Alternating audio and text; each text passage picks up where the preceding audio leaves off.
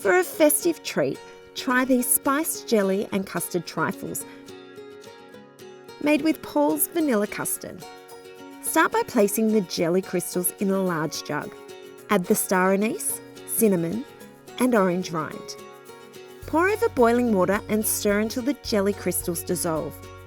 Set the mixture aside for 15 minutes to develop the aromatic flavours. Next, remove and discard the star anise, cinnamon, and orange rind, and stir in 3/4 cup of cold water. Place 6 serving glasses on an angle, like this, in a muffin pan. Place half the raspberries and blueberries in the glasses. Divide the jelly mixture evenly among the glasses. Carefully place the pan in the fridge for 4 hours or until the jelly's set. When the jelly is set, divide the custard evenly among the glasses.